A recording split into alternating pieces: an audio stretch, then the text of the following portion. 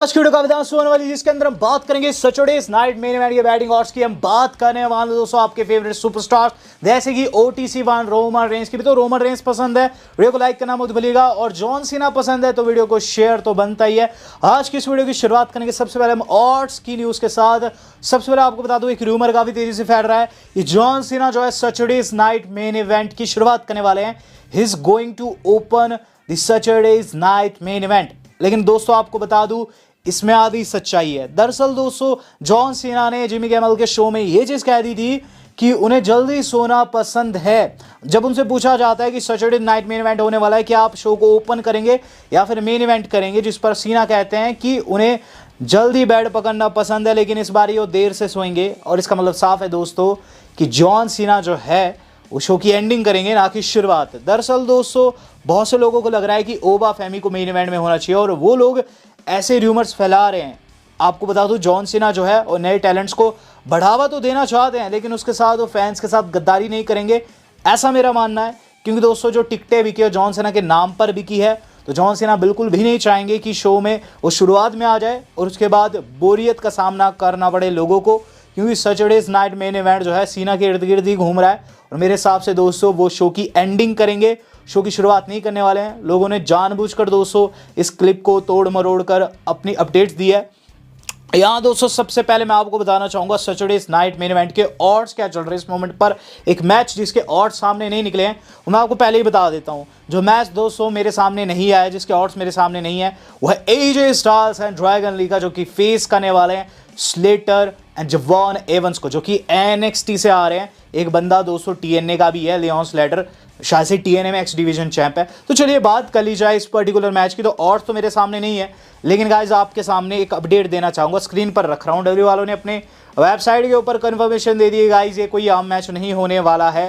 ये जो मैच होने वाला है दोस्तों, ये होने वाला है दोस्तों टैग टीम चैंपियनशिप्स के लिए। और जब ये आपके सामने आ चुका है तो मुझे बताने की जरूरत नहीं है इसके अंदर कौन जीतेगा कौन हारेगा। AJ Styles and Dragon Lee यहाँ टाइटल ड्रॉप नहीं करने वाले हैं। यहाँ दोस्तों आपको वो विजय प्राप्त करते हुए नजर आएंगे और टाइटल रिटेन कर देंगे अपने। देन दोस्तों इसके बाद जो अगला मैच होने वाला है ना गाइस, उसके और मेरे सामने ये होने वाला है बेली का, जो कि फेस करेगी सोल रुक्का को। वेल मुझे नहीं पता कि क्यों बेली के सामने सोल रुका है, ना ही इनके पास कोई टाइटल है, ना ही दोस्तों ये उतनी हॉट चल रही है, बेली की बात कर रहा हूँ। बट यहाँ बेली के पास एक ऑडियंस बेस है, सीना के साथ उनकी बनती है। सोल रुका बहुत ज़्यादा टैलेंटेड है, तो उन्हें भी एक लाइमलाइट मिलेगी, लेकिन जीतेगा कौन? तो गाइस सोल रुका इस पर्टिकुलर मैच में विजयी बताई जा रही है। ऑड्स के अकॉर्डिंग आप देख सकते हैं -500 के साथ सोल रुका लीड कर रही है, बेली चले +300 के ऊपर। इसका मतलब साफ है कि गाइस यहाँ नया टैलेंट जीतेगा, और सोल रुका यहाँ दोस्तों बेली को हराकर एक बड़ा शॉक क्रिएट करेगी। 10 दोस्तों जो अगला मैच हम लोगों को देखने को मिलेगा होने वाला champion versus champion. The champion जो कि दोस्तों मेन रोस्टर से आ रहा है वो है अमेरिकन नाइटमेयर कोडी रोड्स, जो कि अनडिस्प्यूटेड WWE चैंपियन है। उनके सामने है दोस्तों NXT champion the one and only Oba Femi. तो नाइजेरियन जायंट दोस्तों यहाँ अमेरिकन नाइटमेयर को फेस कर रहा है। अब यहाँ दोस्तों ऑड्स इंटरेस्टिंग हो जाते हैं, क्योंकि ओबा फेमी कोडी रोड्स से साइज में लगभग दुगना है। यहाँ दोस्तों देखा जाए तो साइज डिफरेंस बहुत ज़्यादा है, और ओबा फेमी वो बंदा है जो कि किसी को भी हरा सकता है। बट ऑब्वियसली दोस्तों एक ऐसे सुपरस्टार के खिलाफ वो भिड़ रहा है जिसने पास्ट में कई बड़े बड़े सुरमाओं को हराया, तो ऑड्स दोस्तों ऐसे आने ही थे। -1000 के साथ कोडी रोड्स लीड कर रहे हैं। ओबा चले हैं दोस्तों +550 के ऊपर, और गाइज यह है 90% चांस कोडी के जीत का, यानी कि दोस्तों यहाँ अमेरिकन नाइटमेयर जीतेंगे। मे बी विक्ट्री कुछ इस तरीके से आए कि ओबा फेमी भी वीक ना लगे। मेरी ये प्रेडिक्शन कहती है कि इसके अंदर आपको क्रेडल या फिर किसी रोल अप के द्वारा विक्ट्री देखने को मिल सकती है अमेरिकन नाइटमेयर की, और यहाँ दोस्तों कोडी रोड्स की जीत होगी। बात कर ली जाए दोस्तों उस पर्टिकुलर मैच की जिस मैच को लेकर सबसे ज़्यादा हाइप है, एक ऐसा मैच जो कि गाइस हर कोई देखेगा और किसी को भी मिस नहीं करना चाहिए। एक ऐसा मैच जो कि हम फाइनल टाइम देखने वाले हैं, जॉन सीना का फाइनल मैच।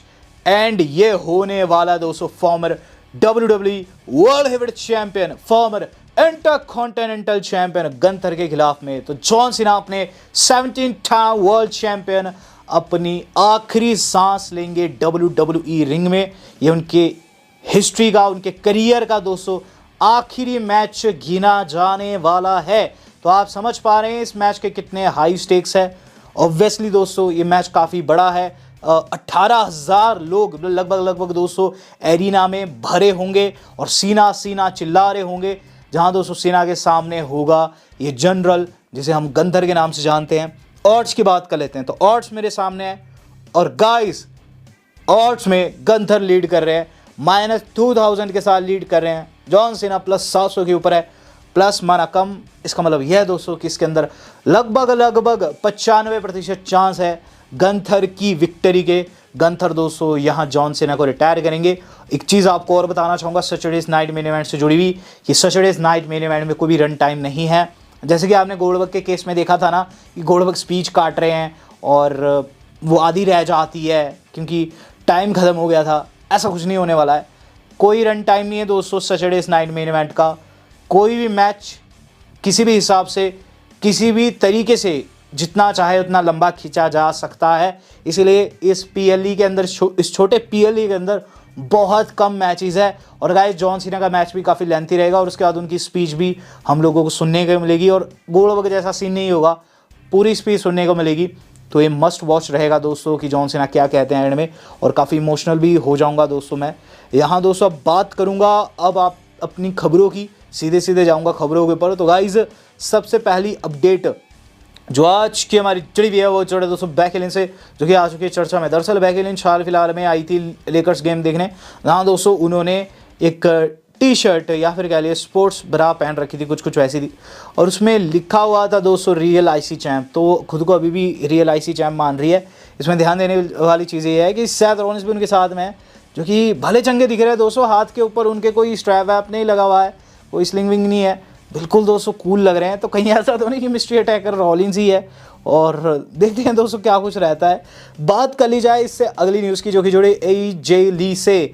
तो रेसर वॉर्स के अकॉर्डिंग AJ ली जो है उनका अगला मैच हमें रॉयल रंबल में ही देखने को मिलेगा। रॉयल रंबल में वो 30 वुमन रॉयल रंबल का पार्ट है और हिस्ट्री में पहली बार ऐसा होगा कि हम लोगों को रॉयल रंबल में देखने को मिलेगी। रॉयल रंबल में दोस्तों वो अपना सिक्का आजमाएगी और ये काफ़ी शॉकिंग स्टैट है दोस्तों कि AJ ली जिसने इतनी फाइट दी है WWE में, पहली बार रॉयल रंबल में उतर रही है। यहाँ दोस्तों आपको बताना चाहूँगा रैंडी ऑर्टन की वापसी भी कंफर्म हो चुकी है। तो एपेक्स प्रेडेटर द वाइपर के अगर आप बहुत बड़े वाले फैन हैं तो रैंडी ऑर्टन के बारे में बता दूँ। Randy Orton is confirmed for January the 30th episode of Friday night SmackDown. यानी कि दोस्तों रॉयल रंबल से पहले ही रैंडी ऑर्टन लौट आएंगे और जो कंफर्म उनका दोस्तों रिटर्न है वो आप लोगों को 30 जनवरी को देखने को मिलेगा 2026 की शुरुआत में। जहाँ सऊदी अरेबिया में होने वाली रॉयल रंबल का पार्ट तो है ही है, लेकिन स्मैकडाउन का पार्ट भी है दोस्तों जो कि 30 तारीख को होने वाली। यहाँ आपको दोस्तों मैं दिखाना चाहूँगा ये पोस्टर उन्होंने स्मैकडाउन का लॉन्च किया है, जो कि रॉयल रंबल के पोस्टर के सिमिलर है, जिसमें ऑर्टन दिखाई दे रहे हैं जिनके दोस्तों लेफ्ट साइड पर कोडी है। तो देखते हैं क्या कुछ रहता है दोस्तों ऑर्टन का फ्यूचर। बहुत ज़्यादा मज़ा आएगा दोस्तों अगले साल की रॉयल रंबल में, जो कि सऊदी से लाइव है, क्योंकि बताया जा रहा है कि 8 लाख लोग क्यू में हैं। यस गाइस टिकटें बहुत कम है और 8 लाख लोगों को टिकटें चाहिए। तो आप समझ पा रहे हैं अगले साल की रॉयल रंबल की हाइप किस लेवल की और किस लेवल तक दोस्तों लोग इसे देखने के लिए आमुख है। तो गाइस एक काफ़ी बड़ा PLE रहने वाला है और बहुत ज़्यादा मज़ा इसके अंदर आने वाला है। बात करी जाए दोस्तों इस अगली न्यूज़ की, जो कि हमारी जुड़ी हुई है दोस्तों Roman Reigns versus the beast Brock Lesnar से। फैंस कह रहे हैं इस अगले साल की रॉयल रंबल में हमें फिर से रोमन एंड लेसनर के बीच में टकराव देखने को मिल सकता है। और इसका रीज़न है दोस्तों पोस्टर पर दोनों को एक साथ रखना। तो रोमन एंड ब्रॉक को पता नहीं क्यों WWE वाले हमेशा एक दूसरे के अपोजिट रखते हैं या फिर साथ रखते हैं। तो ये जो पोस्टर है इसमें भी दोस्तों आमने सामने ये है, जिससे लोगों का दोस्तों ये चीज़ काफ़ी प्रमाणित हो गया, लोगों का विश्वास काफ़ी ज़्यादा स्ट्रॉन्ग हो चुका है कि अगले साल की रॉयल रंबल में हो सकता है इन दोनों के बीच में हम लोगों को रिंग में एक बड़ा टकराव देखने को मिल सके। और गाइस होने भी वाला है, क्योंकि ब्रॉक लेसनर को कोई एलिमिनेट कर दे ऐसा कोई माई का लाल नहीं, सिवाय OTC1 रोमन रेंस के, जिन्हें हम उनके क्रिप्टोनाइट के नाम से भी जानते हैं। तो बहुत ज़्यादा मज़ा आएगा। बात कर ली जाए दोस्तों इस अगली न्यूज़ की, जो कि हमारी जुड़ी हुई है द अनरियल डॉक्यूमेंट्री से। अनरियल दोस्तों आपको पता है WWE की डॉक्यूमेंट्री रहती है बहुत सी ऐसी चीज़ें दिखा देते हैं जो कि दिखानी नहीं चाहिए।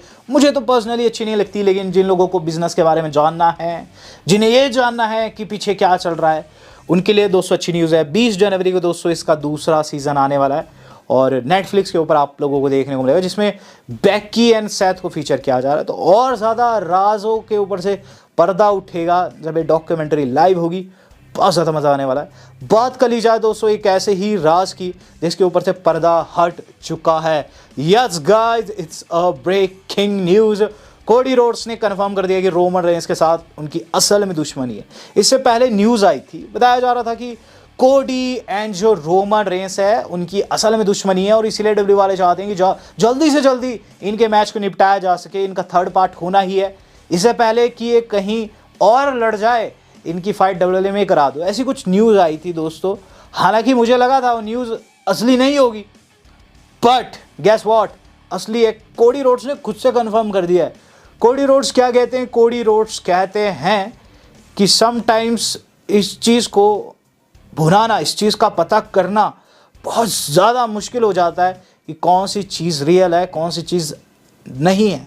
वो कहते हैं it's as real as it could possibly get, यानी कि हमारी बीच की जो राइवलरी है वो जितनी रियल हो सकती है उतनी रियल है।